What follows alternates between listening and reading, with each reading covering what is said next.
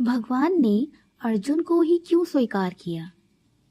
योग्य तो युधिष्ठिर जी भी हैं, योग्य तो नकुल और सहदेव भी हैं, योग्य तो भीष्म पितामह भी हैं, पर भगवान जी ने अर्जुन को ही क्यों स्वीकार किया?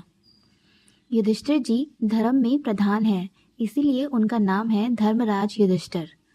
उनका धर्म अति श्रेष्ठ है।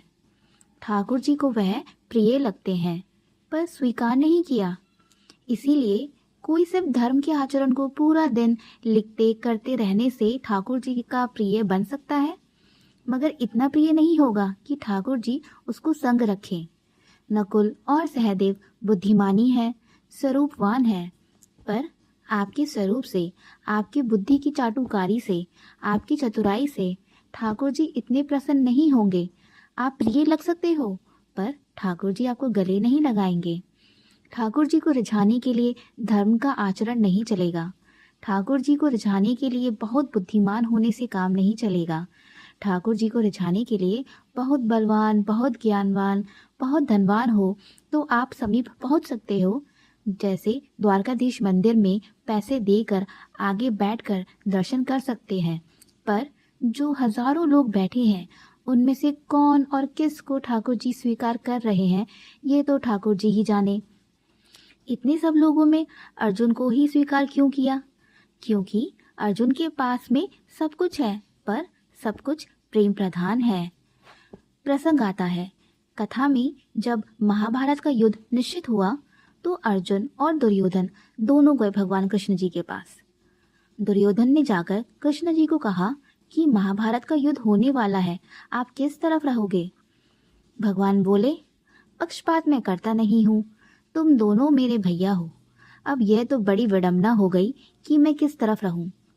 दुर्योधन बोला कि आप में तो शक्ति है, आप दो दो रूप धारण कर सकते हो, एक रूप से हमारे पास रहो, एक रूप से वहां रहो। फिर भगवान बोले, ऐसे तो महाभारत जीवन भर चलती रहेगी और कभी खत्म ही नहीं होगी, जब दोनों तरफ पर ब्रह्मा खड़े हो जाएंगे। तो दुर्योधन और अर्जुन दोनों ने भगवान जी से पूछा कि फिर महाभारत के युद्ध में आप किसके पक्ष में रहेंगे, इसका निर्णय लीजिए। भगवान ने बड़ा अटपटा निर्णय लिया और बोले, सुनो, एक तरफ मेरी सेना रहेगी। और भगवान कृष्ण जी की सेना कोई छोटी मोटी सेना नहीं थी, अद्भुत विशाल द्वारका की सेना थी।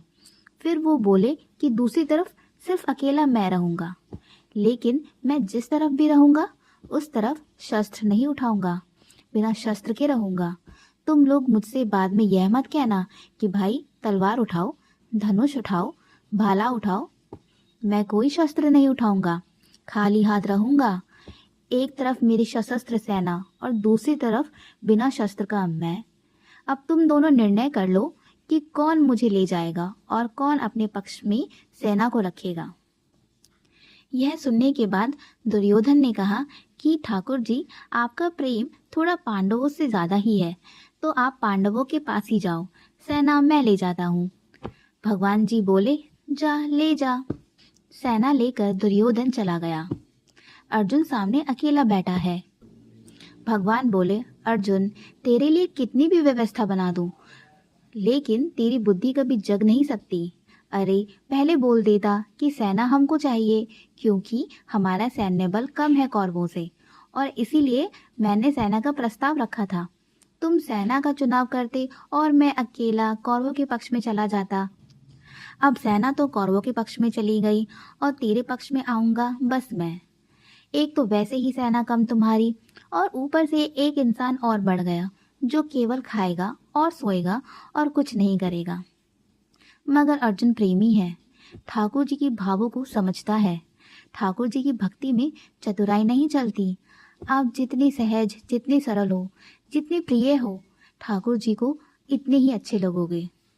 जब भगवान जी ने अर्जुन से कहा कि अब तो तेरी तरफ बस मैं आऊंगा, तो अर्जुन ने बहुत अच्छी बात कही। भगवान के चरणों में प्रणाम करते हुए अर्जुन ने कहा कि ना तो मैं आपको मांगने आया था और ना मैं आपसे मांगने आया था। दुर्योधन आया था इस भावना से, मैं नहीं आया था। मुझे आपसे कुछ नहीं चाहिए और मुझे आप भी नहीं चाहिए। भगवान जी बोले, तो फिर तू क्यों आया? तो अर्जुन अपने दोनों हाथों को भगवान के हाथों में देते हुए बोला कि पकड़ो मेरे हाथों को। तो भगवान जी ने अर्जुन के दोनों हाथों को पकड़ लिया और बोले, लो पकड़ लिया। तब अर्जुन ने बोला कि मैं खुद को आपको देने आया था कि मुझे रख लो।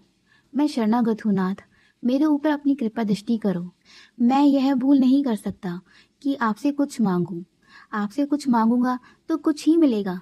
आपको मांगूंगा तो आप भी मेरे आश्रित रहोगे, मेरे अधीन रहोगे, क्योंकि मैं मांगने आया हूँ तो सारी जिम्मेदारी मेरी, सारी व्यवस्था मैं करूँगा। पर मैं तो आपको मांगने नहीं, खुद को देने आया हूँ। तो अब मेरी सारी व्यवस्था आप करो। मतलब मैं कब सोऊं, कब खाऊं, कहाँ जाऊं, क्या करूं, कब उठूं, कहाँ बैठूं, कहाँ बाण चलाऊं, कहाँ नहीं चलाऊं, कहाँ मौन रहूं, कहाँ बोलूं, ये सारी व्यवस्था अब आपके हाथ में है। मैं खुद को देने आया हूँ। इस समर्पण को देखकर भगवान जी ने अर्जुन को स्वीकार कर लिया। अर्जुन से 2 बार सुनिश्चित किया भगवान ने। भगवान बोले कि अर्जुन सिर्फ बोल मत, देख ले मैं कुछ भी आज्ञा कर सकता हूँ। अर्जुन ने बोला कि आप करके देख लेना, आप जो आज्ञा करोगे वो करूँगा।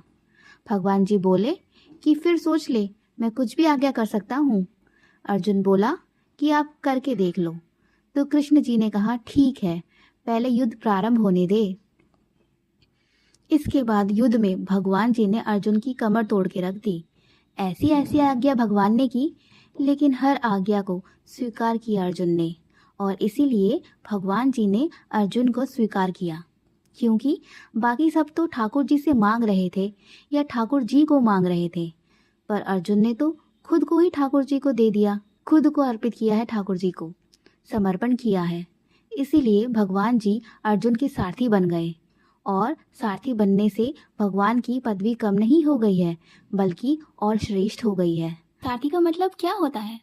जो राह दिखाए, जो लेकर चले, कहाँ जाना है, कहाँ मुड़ना है, कहाँ बैठना है, कहाँ चलना है, ये सब सारथी ही तो करता है। सारथी के अधीन होता है पीछे बैठा व्यक्ति। तो हम सबको अपना सारथी भगवान श्री कृष्ण जी को बनाना चाहिए।